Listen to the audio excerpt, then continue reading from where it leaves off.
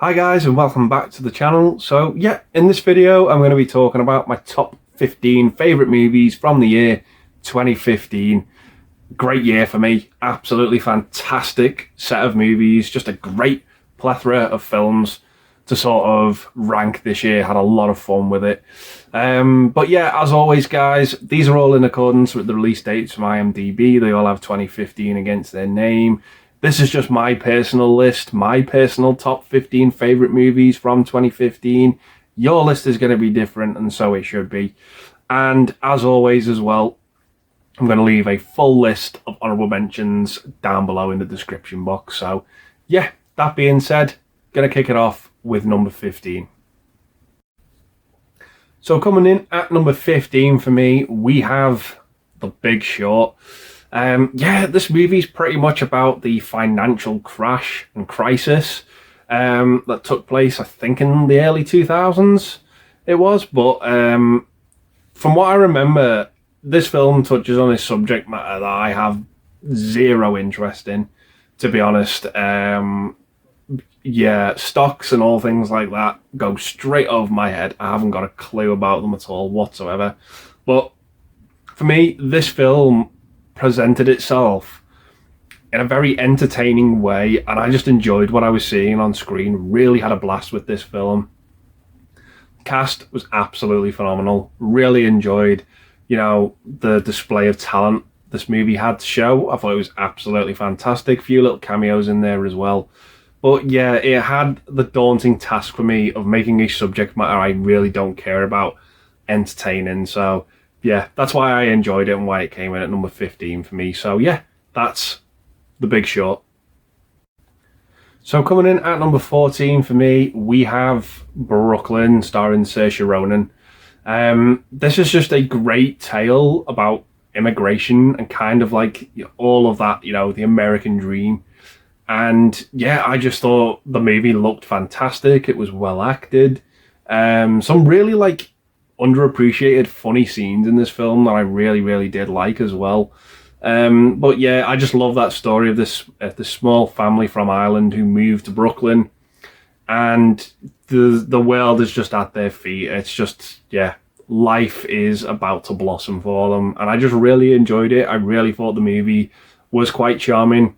The performances in it were great as always, and yeah, I just really enjoyed the film. So coming in at number 14 for me, we have Brooklyn. So coming up next for me at number 13, we have Trumbo, starring Bryan Cranston. Yeah, this is, again, a fantastic movie about movies being made, based on a true story, based on the playwright Dalton Trumbo. Yeah, it was just a really interesting movie about this playwright who, because of his sort of political views, was kind of sort of outcasted from Hollywood, and had to write sort of movies under a pseudonym, under a different name. And yeah, it's just about his sort of life and the clashes that he has with people because of all of these different ideologies. And yeah, I just thought it was a really well done, well acted film. It was nice to sort of see Bryan Cranston in a different role from Breaking Bad as well, as much as I love that show. But yeah, really enjoyed this one. So coming at 13, we have Trumbo. So coming in at number 12 for me, we have Robert Zemeckis' The Walk, starring Joseph Gordon-Levitt. Yeah, what a movie this was. I thought it was absolutely brilliant, really awesome with its visuals, sort of about this French trapeze artist who's always, trying to push the boundaries in his act and what he can do. And yeah, he sees the World Trade Center and decides, you know what, I'm going to set a wire up between them and walk between them. And yeah, everything that could have gone wrong could have gone wrong with this act that he was going to pull off. And yeah, it's just, when it happens, it's visually breathtaking. If you can see this movie on the biggest screen that you can, I think would really do it justice. But yeah, just what a visual treat of a film. Really good. Really tense stuff as well, from everything to the rigging, how they were going to set this up, to the actual walk itself. Just thought it was absolutely fantastic. So yeah, that is my next pick, The Walk. So coming in at number 11 for me, we have Room, starring Brie Larson. Yeah, again, this is another, high drama, well acted film, sort of about this mother and her son who are being, held against their will in this room, hence the name of the film. And yeah, it's just, you're absolutely root for them. And it's just about their connection for the entire movie. And yeah, it's just absolutely harrowing in parts. It's really tense and suspenseful. Will they escape? Won't they escape? It just leads us just an amazing dynamic, and it's just, like I said, it's so well acted. Brie Larson took home Best Actress for this, well deserved in my opinion. And yeah, it's just so well done. I just really, really enjoy this film. It's all about the character building and the chemistry that these two leads have in this film. And like I said, really tense and suspenseful stuff towards the end. Yeah, just really enjoyed it. So yeah, just missing out on the top 10, we have Room. So coming in at number 10 for me, we have Pixar's Inside Out. Yeah, this focuses on a girl called Riley and all of her emotions. They are all their individual characters in this movie. And yeah, it's just pretty much the character of Joy seems to be, the prominent character in this film, that we just want to have joy feelings all the time. But of course, as the movie goes on and develops, we decide that all the other emotions are as equally important, whether you want them to be or not. And that's the message of the film for me. That's what I got out of it. I thought it was absolutely fantastic. It was so well done. A great kids film, a great family film, without talking down to kids either. Very, very entertaining, very bright and colourful. A really, really fun time, and a lot of emotional stuff in this film as well. It really packed a punch for me, and I just really enjoyed it. There was another Pixar movie that came out this year, and I think for me, you can definitely tell which one got more of Pixar's focus when they were making it, and it had to be this one for me. Yeah, just really, really enjoyed it. Original story, really liked the film. So yeah, that is my next pick, Inside Out. So coming in at number 9 for me, we have Denis Villeneuve's Ssakario. Yeah, anything sort of directed by Denis Villeneuve nowadays really, really grabs my attention. And it's because of this movie as well as his others. The guy just has an eye for visuals. He just does not create garbage, in my opinion. Everything he does is visually interesting. And Ssakario, about, the sort of the war on drugs taking place in Mexico. It just looked absolutely phenomenal, with a great cast as well. Benicio del Toro, Emily Blunt, Josh Brolin. Fantastic, talented cast. And yeah, it was just a great crime drama. I love my crime dramas, and this was a great one from 2015. I absolutely dug it. Dug the look of the movie, the talent behind it. Really, really well done, executed film for me. So yeah, that's my next pick, Ssakario. So coming in at number 8 for me, we have George Miller's Mad Max Fury Road. Very sort of simple plot to this movie, but it's just the visuals along the way. They are absolutely stunning to look at in this film. It's just, my favourite Mad Max movie is the second one. And this one brought that movie to the modern age for me. It just looked absolutely amazing with its visuals. The car chases, the crashes, everything just felt organic and just looked really natural in that movie. Absolutely beautiful film. Really, really was stunning. And Charlize Theron kills it as Furiosa in this movie. Amazing performance.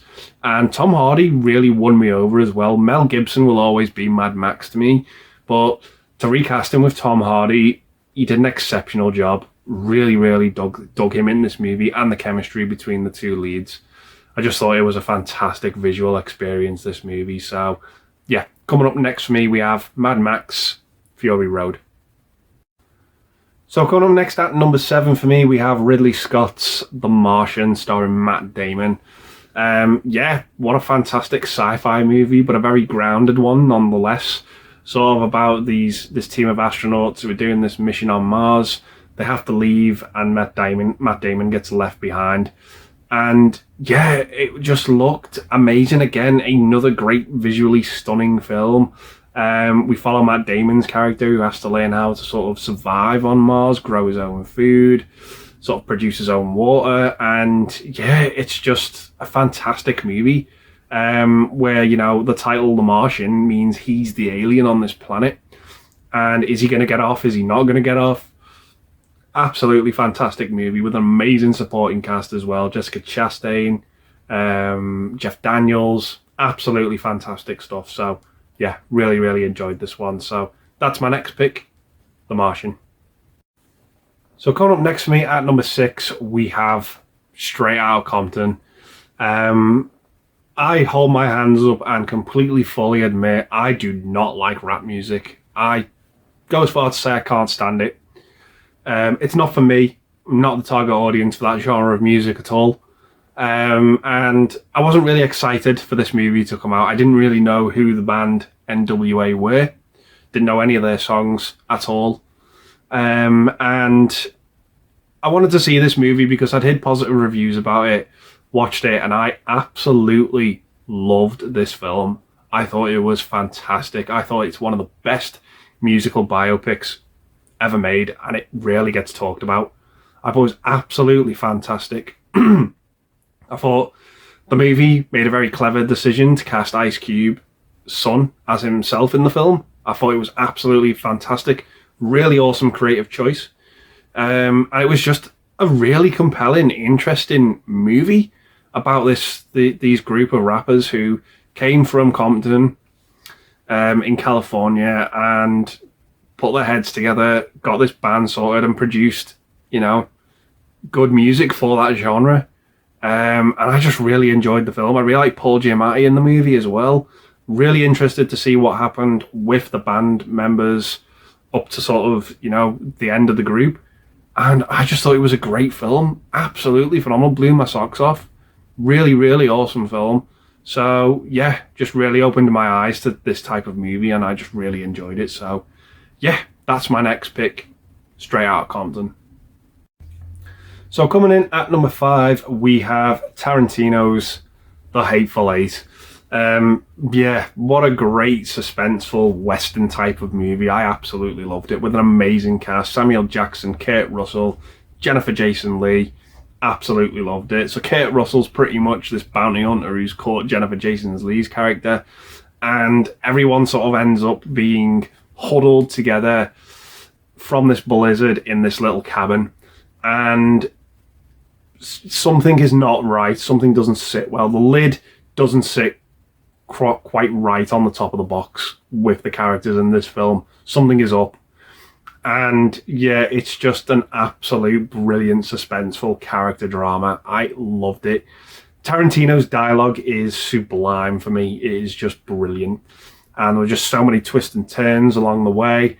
I absolutely loved it. Just thought it was absolutely fantastic. A great follow-up to Django Unchained, and I just really enjoyed this film. So yeah, coming in at number 5 for me, we have The Hateful Eight. So coming in at number 4 for me, just missing out on the podium places, we have Avengers Age of Ultron. I think the reception to this movie, some people thought it was bang average at best, some people liked it, some people didn't.